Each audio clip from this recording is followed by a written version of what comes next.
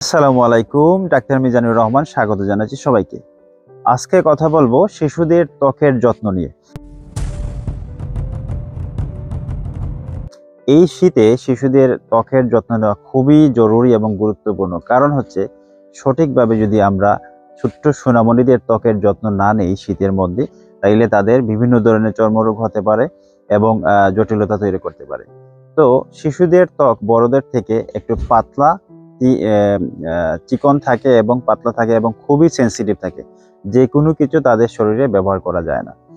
তো শীতে শিশুদের আমরা কয়দিন গোসল করাবো? সপ্তাহে ২ দিন আমরা বলে থাকি শিশুদের গোসল করাবেন। ২-৩ দিন পর পর একবার গোসল করাবেন।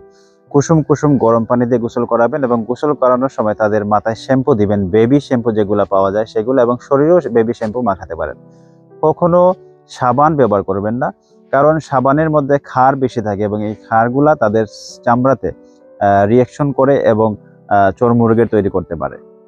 তো গোসল করানোর পর সাথে সাথে তাদের টাওয়ালিং করে নিয়ে শরীরটা শুকিয়ে নেবেন। এরপরে যেটা করবেন, তার শরীরে ময়েশ্চারাইজার ইউজ করবেন।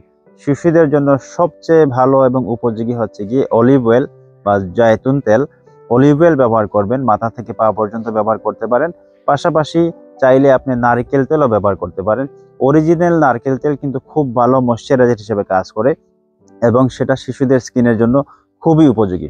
যদি কারো ক্ষেত্রে যে অলিভ অয়েল এবং নারকেল তেলেও সমস্যা করে, তাইলে তাদেরকে আপনি বেবি অয়েল, বাজারে পাওয়া যায় ভালো ব্র্যান্ডের একটা বেবি অয়েল, ব্যবহার করতে পারেন।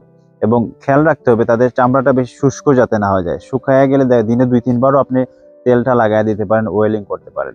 তাদেরকে অবশ্যই সবসময় সুতির কাপড় পরাবেন। তাদের যেহেতু শীতের সময়, তাদের শরীরে উলের কাপড় সরাসরি পরাবেন না। একটি সুতির পাতলা কাপড় পরানোর পর এর উপরে আপনারা উলের কাপড়টা পরাবেন। তা না হলে উল, শীতের কাপড় তার স্কিনে সেন্সিটিভিটি তৈরি করতে পারে, রিঅ্যাকশন করতে পারে এবং সেখান থেকে একজিমা হয়ে যেতে পারে। তো আশা করি ব্যাপারটা বুঝতে পেরেছেন আপনারা, এবং এই কথাগুলা মেনে চললে আশা করি শীতে শিশুদের ত্বক ভালো থাকবে। ধন্যবাদ সবাইকে।